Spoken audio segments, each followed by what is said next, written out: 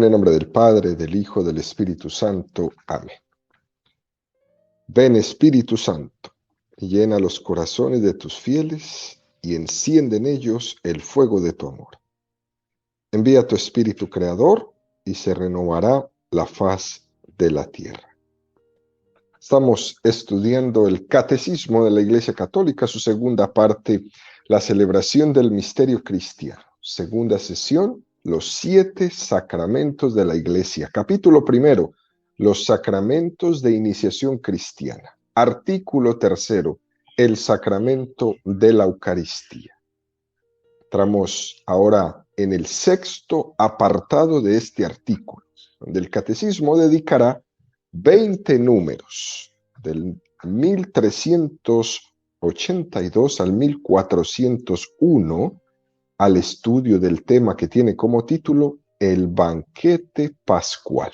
El día de hoy vamos a profundizar en los números 1382 y 1383. Número 1382 dice: la misa es a la vez inseparablemente el memorial sacrificial en que se perpetúa el sacrificio de la cruz y el banquete sagrado de la comunión en el cuerpo y la sangre del Señor. Pero la celebración del sacrificio eucarístico está totalmente orientada hacia la unión íntima de los fieles con Cristo por medio de la comunión. Comulgar es recibir a Cristo mismo que se ofrece por nosotros. Es un número precioso que nos ofrece el Catecismo en esta mañana, queridos amigos. Fijémonos cómo la primera afirmación que hace, que insiste, es que hay dos aspectos que no se pueden dividir porque están inseparablemente unidos. La Eucaristía como memorial, que hemos hablado de ella, memorial del sacrificio de Cristo, y la Eucaristía como banquete sagrado. Para entender quizás un poco más en profundidad estas dos cosas que están tan unidas, sería bueno, queridos amigos, recordar lo que dijimos cuando explicábamos el concepto de sacrificio y decíamos cómo en el Antiguo Testamento se hacían distintos tipos de sacrificio. Recordemos uno de ellos, el holocausto. Era quemar totalmente la víctima en la roca del altar. Este tipo de ofrenda tenía un gran mérito porque el hombre no se quedaba con nada, nada era para él, porque todo era para la gloria de Dios y por eso se quemaba completamente el animal. Es lo mismo que cuando decretaban a una ciudad en holocausto, cuando la conquistaban, nadie se podía quedar con nada, todo tenía que ser quemado. El segundo era el sacrificio ligado a una comida sagrada. Era cuando el fiel comía delante de Yahvé. Es un concepto también muy hermoso que fue el pueblo de Israel desarrollando poco a poco. Se ofrecía una víctima y una parte de esa víctima, la sangre como signo de vid, se ofrecía a Dios. Y otra parte la comía el hombre delante de Yahvé. Este tipo de sacrificio, queridos amigos, parece que está como preparando el camino para ese concepto de sacrificio de la Eucaristía. Porque la Eucaristía tiene de holocausto donde el Señor ofrece completamente su vida al Padre. Todo está cumplido. Pero al mismo tiempo, Él se da en alimento por nosotros. La Eucaristía va a tener estos dos, holocausto y sacrificio. Cuando Jesús en la cruz el Viernes Santo pronuncia esa última palabra, todo está cumplido, todo está consumado. A lo que me has enviado está realizado, Padre. Ahí ese holocausto está completo. Cristo que se entrega al Padre todo y se nos da en alimento. Es por eso que podemos entender, queridos amigos, que la Eucaristía es al mismo tiempo sacrificio y banquete. En la catequesis pasada hablamos remotamente de ese precioso himno eucarístico que tenemos los católicos que se llama Adorote Devote. En ese himno eucarístico, en una de las estrofas dice: Señor Jesús, pelícano bueno, límpiame a mí con tu sangre, de la que una sola gota puede liberar de todos los crímenes al mundo entero. Es una frase preciosa, queridos, una frase hermosísima. Recordemos que usa esta imagen del pelícano bueno.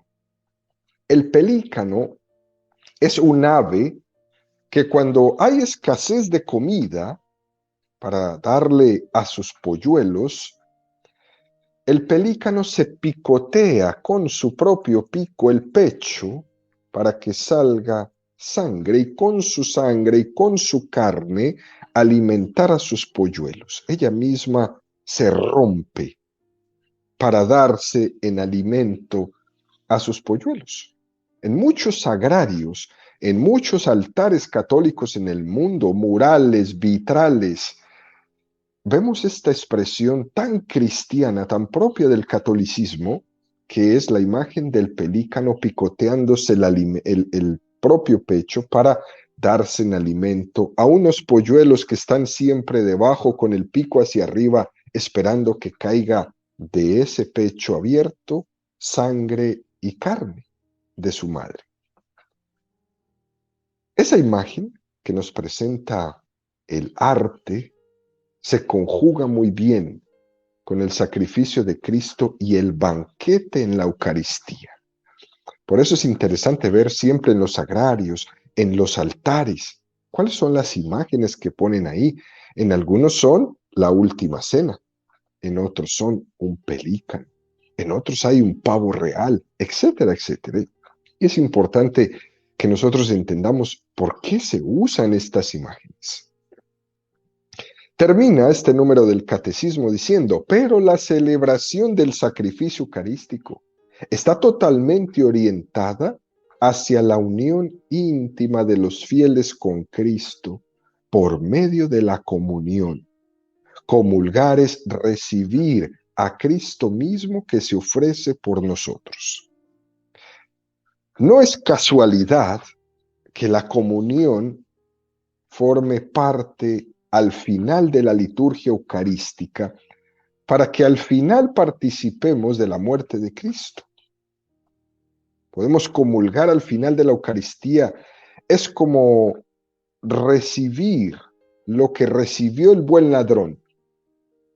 Ese Viernes Santo, uno de esos ladrones que está ahí en la cruz, el buen ladrón, asiste al sacrificio de Cristo y al final se alimenta. Se beneficia de ese sacrificio de Cristo. Es de la única persona que tenemos conocimiento por medio de la Sagrada Escritura que está en el paraíso. La única. De la boca de Jesús. Hoy estarás conmigo en el paraíso. Se ganó en el paraíso en el último segundo, sí. Al final de la Eucaristía, al final de la liturgia, al final del sacrificio eucarístico, tomamos la comunión, así como el buen ladrón. Asistimos a la ofrenda de Cristo al Padre, nos ofrecemos al mundo con Él y somos alimentados de esa ofrenda.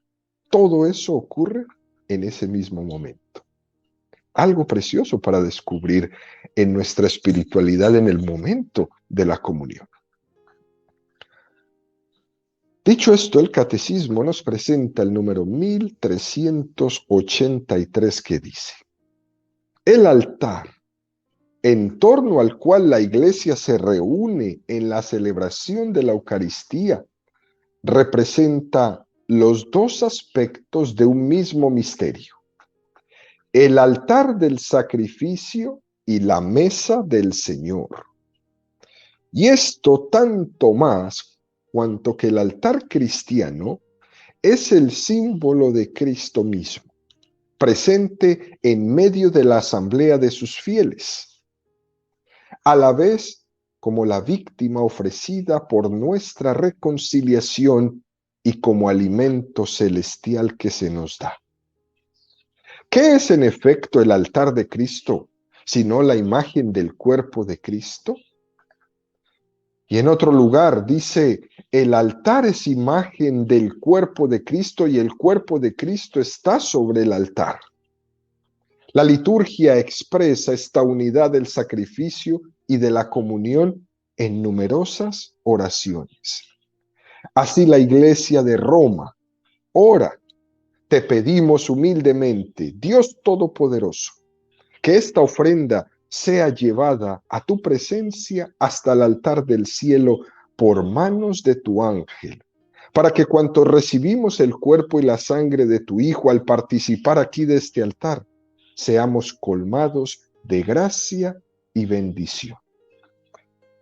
Es un número precioso que nos presenta el catecismo, queridos amigos, y fijémonos cómo vuelve y nos recalca estos dos aspectos de la Eucaristía que estamos comentando en el número anterior: sacrificio y banquete. Ambos están muy significados en el lugar litúrgico de la mesa del altar. Y por eso el altar es algo tan importante en la espiritualidad católica, en la liturgia católica, en los templos católicos.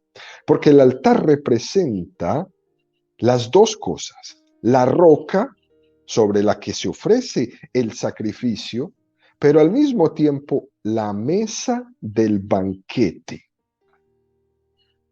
En Jerusalén, en la Basílica del Santo Sepulcro, en la parte alta de la basílica, los que han tenido la oportunidad de estar ahí, se encuentra el Calvario. Ese Calvario está sobre la roca en la que fue clavada la cruz de Cristo. Incluso debajo del pequeño altar del lugar exacto de la crucifixión, uno se puede arrodillar y meter la mano por un agujero, donde metiendo la mano uno puede tocar la roca, porque el resto de la roca está guardada como en una especie de cristal enorme en toda esa zona. Pero en ese agujero uno mete la mano y toca la roca donde fue clavada la cruz de Cristo. Los altares católicos, la mayoría son de piedra, de una especie como de mármol. Y cuando son de madera, en el altar se incrusta un ara de piedra, sobre la que el sacerdote da el beso cuando empieza la Santa Misa. Esa es la referencia a la roca del Calvario. Reconocemos que el sacrificio sucedió en una roca, en el Calvario. Y por eso los altares son roca. Por eso la mayoría de las veces se aconseja que los altares sean de piedra. También esto nos recuerda el sacrificio en la roca de Abraham a su hijo Isaac, el altar del sacrificio. Los altares son de piedra de mármol, reflejando el lugar del sacrificio. En los últimos años, en la medida que también poco a poco esta secularización del mundo ha afectado a la iglesia tanto, uno de los aspectos que ha quedado más olvidado es este aspecto de la Eucaristía como sacrificio de Cristo. Y se le ha dado en muchos lugares como mucho más realce al banquete, ¿no? A la celebración. Pero que no se nos olvide, queridos amigos, que aunque estemos en el banquete, que es también propio expresarlo así, que no se nos olvide que eso que está sucediendo ahí es un sacrificio. Nosotros los católicos veneramos el altar con signos. El sacerdote, por ejemplo, besa el altar como cuando comienza la Santa Misa y cuando termina, significando que el altar es Cristo. Sacerdote, víctima y altar. Cristo como roca sobre la que se edifica el cuerpo místico. Es una expresión muy hermosa entenderla así. Cuando pasamos delante del altar, hacemos un signo de inclinación de nuestra cabeza. No se pasa enfrente del altar así como pasando enfrente de una televisión, no. Enfrente del altar hay un signo de inclinación de la cabeza, de respeto hacia esa roca del sacrificio, donde Cristo se inmola como víctima. Como cuando pasamos enfrente del sagrario, como lo comentamos según el catecismo nos enseñó, se hace genuflexión, se arrodilla uno enfrente de Cristo presente en la Eucaristía, ahí en el sagrario. Y es importante, queridos amigos, que le enseñemos a los niños, a los jóvenes, a que estos gestos no se pierdan, que enfrente del altar uno hace una venia, que no son gestos en falsos, que no son gestos de una falsa espiritualidad, que no tiene ninguna importancia un signo u otro, ¿no? Sí la tiene, porque es el reconocimiento de ese lugar y de lo que significa para nosotros en la fe católica. La verdadera espiritualidad no es únicamente aquella que está de puertas para adentro, sino que también la verdadera espiritualidad se expresa de puertas hacia afuera, o mejor dicho, sin puertas. La espiritualidad se expresa en signos externos, y esos signos siempre tienen que ser una expresión de una actitud de adoración a Dios. Por eso se respeta de tal manera el templo en general, por eso se respeta de tal manera el altar, por eso se respeta de tal manera el sagrario, por eso se respeta de tal manera el bautisterio y todo lo que el catecismo nos ha enseñado sobre los lugares sagrados dentro de nuestros templos. Pero una persona que está en un proceso espiritual como cada uno de nosotros, eso que vive internamente también lo expresa externamente en el respeto y en la actitud de adoración. Suele por ahí algunas veces ocurrir una especie como de falsos espiritualismos, donde no se expresa con signos aquello que se vive. Entonces al final uno termina sin expresar y sin vivir nada. Sin vivir nada. Quien empieza a dejar de ser delicado en el trato de las cosas de Dios, termina por después no vivir nada. Fíjense, queridos amigos, que es que esto se refleja en todo. Cuando empezaron todas estas ideologías a decir que podíamos abortar, que se podía abortar, que porque en el vientre de la mamá no había vida hasta después de las 3 semanas. Y la mayoría de las personas no dijo nada. Todo el mundo callado, en silencio. Después nos dijeron que era a los 3 meses y entonces empezaron ya a abortar a los 3 meses. Después que a los 6 meses. Después que a los 9 meses. Y después que no se considera vida hasta que no salga de la madre la cabeza de la criatura. Y entonces le extraen el cerebro antes de que salga la cabeza. Y entonces eso tampoco se considera un asesinato, ¿no? Cuando empezamos a dejar en nuestra vida los pequeños detalles importantes, signos importantes, conceptos importantes, terminamos haciendo de nuestra vida atrocidades, como es la atrocidad del aborto. Y todavía, generaciones enteras pensando que eso está bien. Generaciones enteras pensando que no pasa nada, que eso es lo que tiene que ser, que así es como se hace. Si llevamos esa inconsciencia a la vida espiritual, las personas comenzamos dejando los pequeños detalles de respeto, de amor, de ponernos de rodillas, de hacer una venia, de tener conciencia de que Jesús está ahí presente. Y al final terminamos entrando al templo como si estuviéramos entrando al supermercado, sin conciencia de nada, vestidos de cualquier manera, hablando, riéndose, estando en el teléfono, y dices, perdóname, pero aquí se perdió todo el sentido, todo el sentido.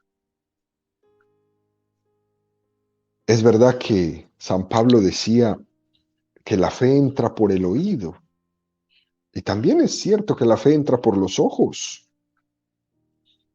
Y es muy importante que nosotros demos una catequesis viviente a todos nuestros hermanos, que cuando nos vean en nuestro estilo de vida propio del cristiano, les estemos catequizando. Cuando vea cómo vivimos nuestros valores, los estamos catequizando.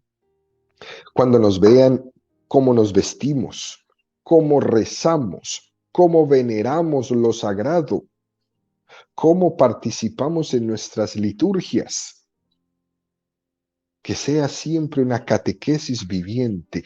Todo el cristiano es un catequista viviente o está llamado a serlo. Ya no se diga los que tienen el ministerio de la catequesis.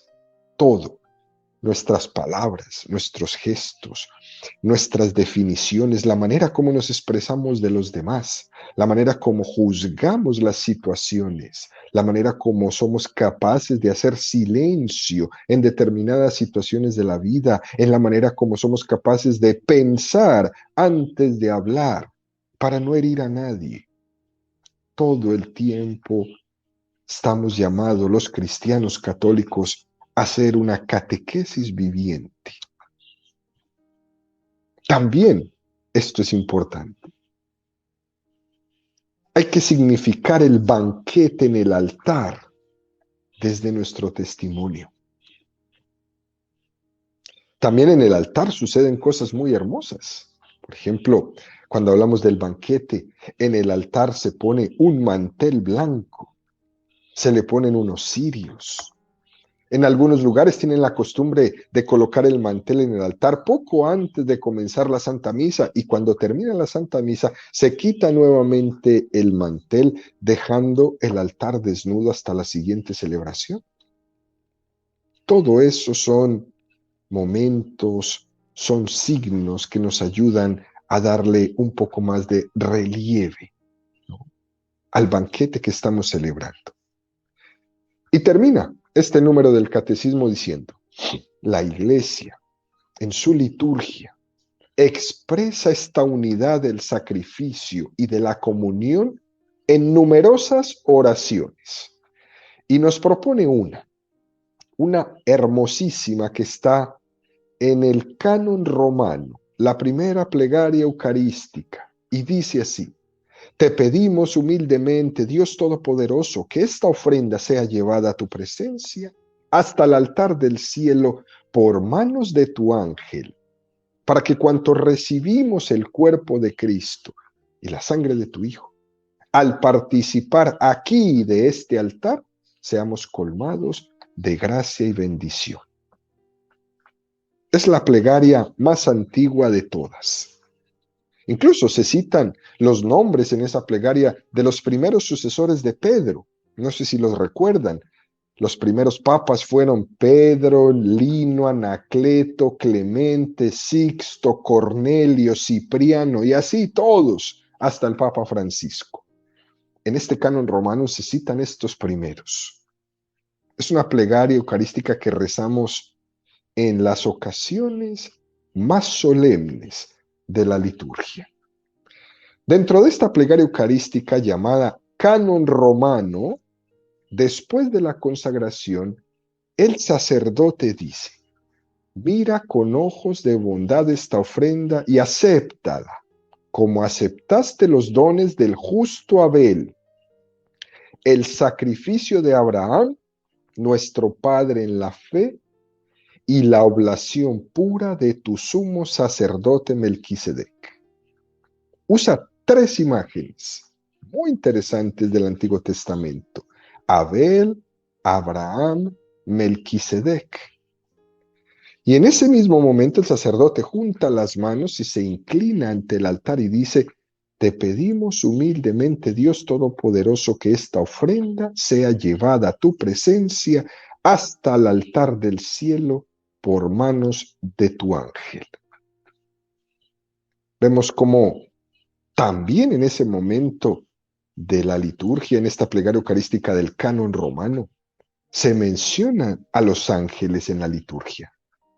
Y pedimos que ellos sean los que lleven la ofrenda eucarística hasta Dios, y al mismo tiempo que nos hagan llegar las bendiciones y las gracias también por sus manos. Es como recordando la escalera de Jacob, donde los ángeles subían y bajaban. Una preciosísima imagen que podemos recordar, queridos amigos. La escalera de Jacob. Recordemos que Isaac se había casado con Rebeca, elegida en la familia de Abraham, y tuvo dos hijos, Esaú y Jacob. Todos conocemos la historia de estos dos hermanos mellizos y cómo Esaú, menospreciando su primogenitura, le cedió a Jacob por un plato de lentejas, su rango. Después, con la complicidad de su madre Rebeca, Jacob consiguió la bendición de su padre Isaac, que no le reconoció por causa de su vejez, que le había vuelto ciego. Y le dijo: pues que Dios te dé el rocío del cielo y la grosura de la tierra, mucho trigo y mosto. Sírvante los pueblos, adórente naciones, sé señor de tus hermanos y adórente los hijos de tu madre. Quien te maldijere, maldito sea, y quien te bendijere, bendito sea. Y Jacob tuvo que enfrentar la persecución atroz de su hermano Esaú, que quería matarlo para vengarse. Y enseguida su ida con su tío Labán, que le concede como mujeres a sus hijas, a Lía y a Raquel. Mientras se iba con su tío Labán, se paró para pasar la noche en un lugar llamado después Betel, donde tuvo ahí la visión de una escalera que desde la tierra alcanzaba el cielo y de unos ángeles que subían y bajaban por ella. El Señor renovó en esa circunstancia las promesas ya hechas a Abraham e Isaac: darle la tierra, multiplicar su descendencia, bendecir en él todas las naciones de la tierra. De sus mujeres, Jacob tuvo 12 hijos, los jefes de las 12 tribus de Israel. Entre estos, el que más conocemos nosotros es José. Lo conocemos por ser el José de Egipto, ese que vendieron sus hermanos, que será instrumento de la providencia de Dios para salvar a su pueblo del hambre. Por eso, queridos amigos, en la historia de Jacob es digna de mención la lucha de Jacob por Israel, porque ha sido fuerte contra Dios y a los hombres les podrás. Esta escalera contaba con 699 peldaños y medía 180 metros. Según la interpretación cristiana de esta escalera de Jacob, La encontramos en Juan 1:51. Y le añadió, en verdad os digo, veréis el cielo abierto y a los ángeles de Dios subir y bajar sobre el Hijo del Hombre. De acuerdo con esta lectura, queridos amigos, Jesucristo es la nueva escalera que comunica el cielo y la tierra, al ser al mismo tiempo Hijo de Dios y de los hombres. Escalera de Jacob. Y esto nos lleva a regresar nuevamente al himno que estábamos comentando. Adoroto devote es un himno escrito por Santo Tomás de Aquino. Me voy a atrever a leerlo. Te adoro con fervor, deidad oculta, que estás bajo de estas formas escondidas. A ti mi corazón se rinde entero y desfallece todo si te mira. Se engaña en ti la vista, el tacto, el gusto, mas tu palabra engendra fe rendida. Cuanto el Hijo de Dios ha hecho, creo, pues no hay verdad cual la verdad divina. En la cruz la deidad estaba oculta, aquí la humanidad yace escondida, y ambas cosas creyendo y confesando, imploro yo lo que imploraba el ladrón arrepentido. También nosotros, por el don de la fe, acabamos reconociendo esta presencia. El ladrón arrepentido fue capaz de ver en aquel hombre que no tenía aspecto atrayente a un Salvador, aquel que había sido despreciado de todos. El ladrón fue capaz de ver detrás de ese aspecto a su Salvador.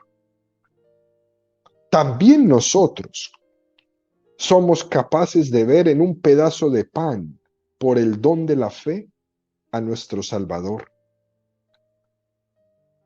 No veo como vio Tomás tus llagas, mas por su Dios te aclama el alma mía. Haz que siempre, Señor, en ti yo crea, que espere en ti, que te amé sin medida. Dichosos los que creen sin haber visto, le dijo Jesús a Tomás. Y esto se lo dice Jesús también a todos los adoradores eucarísticos, a todos esos hombres y mujeres que día tras día se ponen de rodillas ante Jesús Eucaristía, les está diciendo lo mismo. Dichosos porque están creyendo sin haber visto, porque sus sentidos solamente ven un pedazo de pan, pero su amor ve a Dios. Oh memorial de la pasión de Cristo, oh pan vivo que al hombre das la vida, concede que de ti viva mi alma y guste de tus célicas delicias. Jesús mío, pelícano piadoso, con tu sangre mi pecho impuro limpia, que de tal sangre una gota puedo todo el mundo salvar de su malicia. Jesús, a quien ahora miro oculto, cumple, Señor, lo que mi pecho ansías, que a cara descubierta, contemplándote por siempre, goce de tu clara vista. Amén. La Eucaristía queda únicamente pendiente de una cosa, que es la de que a cara descubierta, contemplándote por siempre, goce de tu clara vista. Recibir la Eucaristía es aumentar en nosotros el deseo de la gloria y de contemplarle cara a cara en el cielo. Eso es lo único que nos falta después de la Eucaristía. Y por eso nos preparamos todos los días. Por eso preparamos nuestro corazón. Por eso educamos nuestros sentidos. Por eso crecemos en la fe. Para ir sin descanso en este camino hacia el cielo, en esta escalera de Jacob que vamos subiendo por medio y la ayuda de los ángeles, para llegar algún día a contemplar al Señor cara a cara en el cielo, en esa visión beatífica que tanto anhelamos y que le pedimos cada día al Señor que nos dé la gracia de llegar a ella.